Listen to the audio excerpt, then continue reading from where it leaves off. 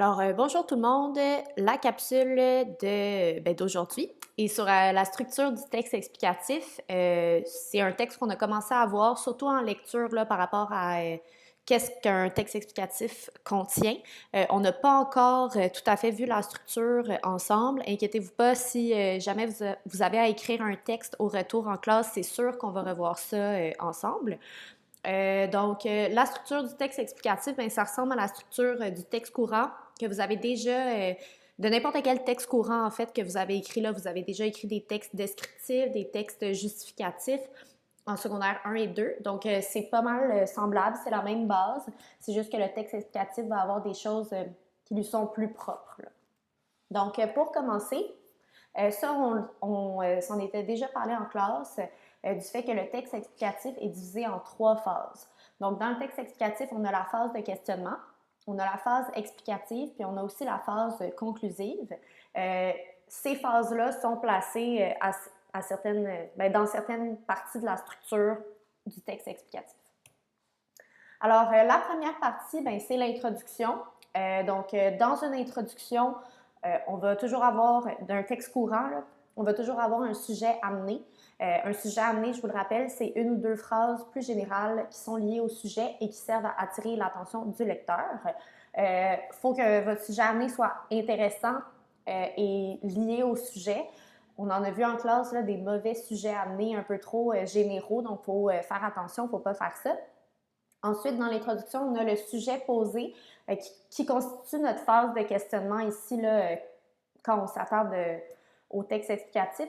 Donc, le sujet posé, c'est la question à laquelle le texte explicatif va répondre. Je vous rappelle qu'un texte explicatif, ça répond toujours à une question en pourquoi. OK? Donc, pourquoi le ciel est bleu, par exemple. Ça, c'est ma phase de questionnement. C'est cette question-là en pourquoi. Puis finalement, dans mon introduction, j'ai aussi mon sujet divisé. Ça, c'est l'énumération des éléments de l'explication des causes. Donc, c'est les causes que je vais donner à ce pourquoi-là. Donc, je vais les présenter dans mon introduction. Maintenant, je vais vous montrer un exemple d'introduction avec chacune de ces parties-là identifiées. Donc, vous pouvez regarder à l'écran. On va la lire ensemble, puis après ça, vous allez voir là, que chaque couleur correspond à un des éléments de l'introduction. Donc, après une longue journée, un peu fatigué, vous rentrez chez vous, la clé dans la porte, vous tournez la poignée et tout à coup, votre chien apparaît. Il remue la queue avec un air excité, comme tous les jours depuis son premier mois de vie. Depuis ce temps, la même question s'impose. Pourquoi les chiens remuent-ils la queue? Pour répondre à cette question, il faut considérer deux aspects, la façon de démontrer leurs sentiments et la façon d'affirmer leur autorité. Donc ici, en rouge, j'ai mon sujet amené. Donc, j'ai introduit le sujet ici en parlant du chien du chien qui remue la queue lorsqu'il vous voit. Ça, c'est pour introduire mon sujet. Pour mener ensuite à ma phase de questionnement, donc à mon sujet posé, pourquoi les chiens remuent-ils la queue qui est en vert? Finalement, en bleu, j'ai mon sujet divisé. Le chien remue la queue pour deux raisons. Donc, parce que c'est une façon de démontrer leurs sentiments et parce que c'est la façon d'affirmer leur autorité. Donc, ça, c'est mon sujet divisé. Ensuite, j'ai la phase explicative. Donc, je change de paragraphe puis je commence mon développement. OK? La phase explicative, ça correspond au développement de mon texte explicatif. Cette phase-là, doit contenir un organisateur textuel. Donc, vu que c'est, mettons que c'est mon premier paragraphe de développement, bien, ça va être premièrement ou tout d'abord, puis ensuite, je vais mettre un autre organisateur textuel si jamais j'écris un autre paragraphe. Donc, un organisateur textuel, une présentation générale d'une cause qui peut être biologique, sociale, etc. On se rappelle que le texte explicatif, c'est un texte qui est neutre, puis souvent, c'est de la vulgarisation scientifique. Donc, on va expliquer un fait ou un phénomène. C'est ça. On va donner une explication à un fait ou à un phénomène scientifique. Donc, c'est sûr que ma cause, ça ne peut pas vraiment être fondé sur une valeur. Une valeur, c'est plus subjectif, c'est pas neutre. Donc, il faut que ça soit fondé sur des trucs plus neutres. Ensuite, je vais expliquer cette cause-là. Puis la manière de l'expliquer, ça va être avec des procédés explicatifs. Je vais vous rappeler quels sont nos procédés explicatifs. Puis ensuite, j'ai une conclusion partielle. Je vous montre un exemple de texte. Avant, je vais vous reparler des procédés explicatifs. Donc, on se rappelle que ça forme le mot cidre quand on prend la première lettre de chaque procédé. Donc, j'ai la citation, quand je vais rapporter les paroles d'un expert, par exemple. J'ai l'illustration, ça c'est quand je vais mettre une image afin d'illustrer mon propos. J'ai la définition, quand je vais prendre une définition d'un ouvrage de référence. La reformulation, quand je vais reformuler dans mes mots quelque chose de complexe afin de le rendre plus simple. Puis finalement, j'ai l'exemple qu'on connaît bien.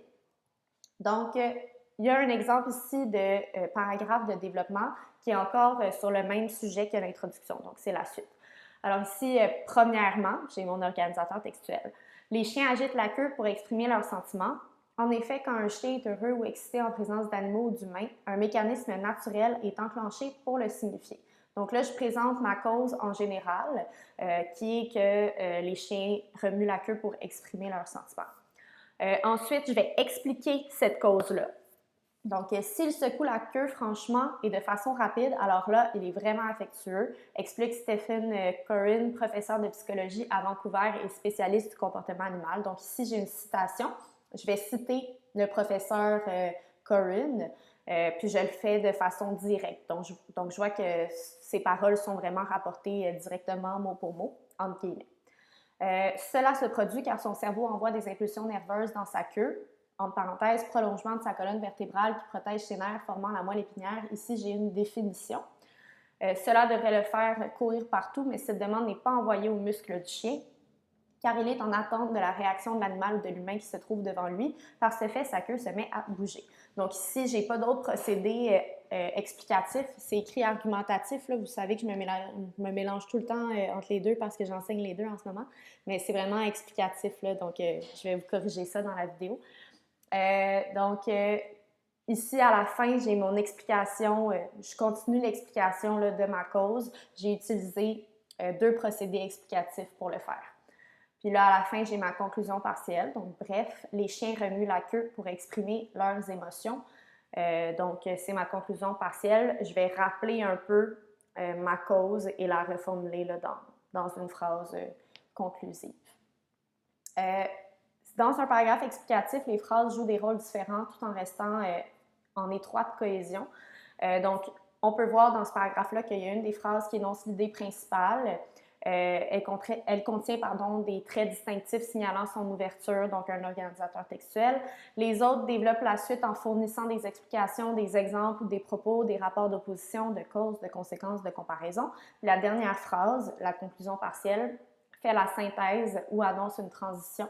Donc, c'est la phrase synthèse, les termes récapitulatifs ou conclusifs, ou un énoncé qui annonce une nouvelle articulation dans le développement. Puis, les points à vérifier quand on écrit un paragraphe de développement, ce qui est important, c'est que chaque phrase contient un propos qui apporte une information nouvelle. Je n'ai pas beaucoup de répétitions dans ce paragraphe-là, mis à part peut-être ma conclusion partielle qui, elle, va répéter ma cause, mais sinon, c'est pas répétitif, c'est toujours des nouvelles informations. Donc, on va droit au but dans le texte explicatif. On ne trouve aucune phrase qui répète inutilement un propos énoncé dans la phrase précédente, donc ça revient un peu à ce que je viens de dire. Chaque phrase joue un rôle conforme aux règles du paragraphe et assure ainsi une information nouvelle. Et on ne trouve aucune contradiction entre les phrases et les paragraphes, donc ça, c'est super important. Il ne faut pas vous contredire dans votre explication, sinon, votre explication, elle va perdre de son sens. Finalement, la phase conclusive, qui est la conclusion, en fait, doit contenir un organisateur textuel aussi. Donc, en conclusion, finalement, pour conclure, sont les plus communs. Un rappel du questionnement, donc de la question en pourquoi, et des aspects utilisés pour y répondre, et une ouverture. Je vous montre un exemple encore avec notre même sujet. En conclusion, j'ai mon organisateur textuel. Si les chiens remuent leur queue, c'est pour exprimer leurs sentiments aux humains et communiquer leur niveau de hiérarchie entre eux. Donc ici, j'ai ma synthèse, je rappelle mes 2 causes. Grâce à cela, il apparaît pertinent de se demander comment les chiens sans queue, par exemple les pagnols bretons, font pour communiquer. Ici, j'ai une ouverture, c'est encore intimement lié avec mon sujet, mais c'est une nouvelle question. Donc ça, c'est une ouverture qui va porter le lecteur à réfléchir. Alors, j'espère que ça a été clair pour vous. Votre travail est bien décrit dans le document qui est en dessous de la vidéo, mais en bref, c'est la rédaction d'un paragraphe explicatif répondant à la question « Pourquoi les femmes vivent plus longtemps que les hommes ?» Donc, dans le document en dessous, vous avez les consignes clairement expliquées avec certaines notions qui ont été présentées dans la vidéo d'aujourd'hui. Puis, vous avez aussi deux courts textes dans lesquels vous pouvez recueillir votre information pour répondre à la question. Donc, vous n'avez aucune recherche à faire. C'est vraiment là, vous avez tout ce dont vous avez besoin dans les deux petits textes qui sont dans le document. Puis, profitez-en pour peut-être intégrer une citation. Ça va être important d'intégrer des procédés explicatifs dans votre texte. Puis, je vous demande aussi, dans le document de consigne, d'intégrer une citation. Donc, faites ça. Si jamais vous voulez une rétroaction, je ne vous donnerai pas de notes, mais je peux quand même commenter votre travail pour que ça vous aide à vous préparer pour éventuellement, si on revient à l'école et qu'on a à écrire un texte explicatif en classe. Donc, c'est une rétroaction, une évaluation formative si on veut. Comme ça, moi, je vais vous dire qu'est-ce qui est bon, qu'est-ce qui est à améliorer. Puis, vous allez être prêt là, si on a à écrire un texte explicatif en classe au retour. Donc, bonne journée!